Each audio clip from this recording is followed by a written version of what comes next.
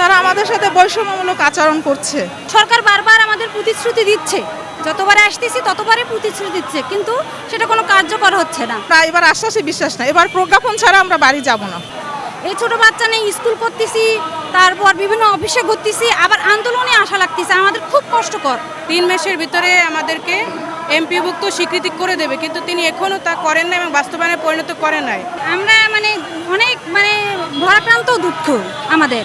আমরা শিক্ষকেরা ইতিপূর্বে 22 বার আন্দোলন হয়েছে বা এই ব্যাপারে কথা হয়েছে, এবার 23তম। আমি এর আগে 2 বার আসছিলাম, তখন আমার বাচ্চা আরও ছোট ছিল, বাসায় রেখে আসছিলাম। আমার বাচ্চাও কিন্তু প্রতিবন্ধী, কথা বলে না।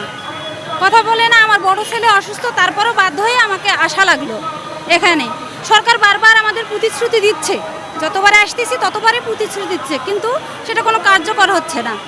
এই ছোট বাচ্চা নিয়ে স্কুল করতেছি, তারপর বিভিন্ন অফিসে ঘুরতেছি, আবার আন্দোলনে আসা লাগতেছে, আমাদের খুব কষ্টকর। এখন পর্যন্ত তো কোনো সাড়া নাই, বারবার শুধু প্রতিশ্রুতি দিচ্ছে। আবার এখন পর্যন্ত আমরা যে কাল আজকে এখানে আসি, রাস্তায় আসি, খাওয়া নাই দাওয়া নাই, গরমের মধ্যে এত কষ্ট করে আসি, এখনও কোনো প্রতিশ্রুতি বা কেউ এখনও আমাদের সাড়া দেয়নি।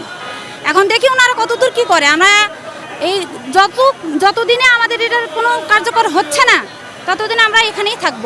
এবার আমরা তাদের যতক্ষণ কার্যক্রম করবে না এটার, ততক্ষণ আমরা রাস্তা থেকে যাচ্ছি না। বিগত সরকারের উদাসীনতা, 2020 সালে আমাদের অনলাইন হয়েছে 1772 স্কুল, কিন্তু প্রতিবার আমরা আন্দোলনে আসি, আমাদের আশ্বাস দিয়ে বলে আপনারা বাড়ি চলে যান, আমরা 15 দিন 1 মাস এরকম সময় নেয়, কিন্তু তার কোনো বাস্তবায়ন হচ্ছে না। তারা আমাদের সাথে বৈষম্যমূলক আচরণ করছে, ঠিক আছে, যেটা আমাদের কাম্য না। আমরা বিগত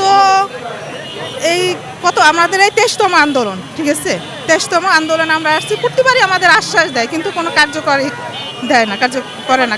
এবার আশ্বাসে বিশ্বাস না, এবার প্রজ্ঞাপন ছাড়া আমরা বাড়ি যাব না। মাননীয় উপদেষ্টা ডক্টর ইউনূস এবং শারমিন মুর্শিদ তিনি বলেছিলেন, এর আগে যখন আমরা এখানে আন্দোলন করেছি তখন তিনি আশ্বাস দিয়েছিলেন যে আমাদের এই এমপিভুক্ত করে দেবে এবং স্বীকৃতি করে দেবে। তারপর তিনি সময় নিয়েছেন, বলছেন যে 15 দিন বা 3 মাসের ভিতরে আমাদেরকে এমপিভুক্ত স্বীকৃতি করে দেবে, কিন্তু তিনি এখনও তা করেন না এবং বাস্তবায়নে পরিণত করেন নাই।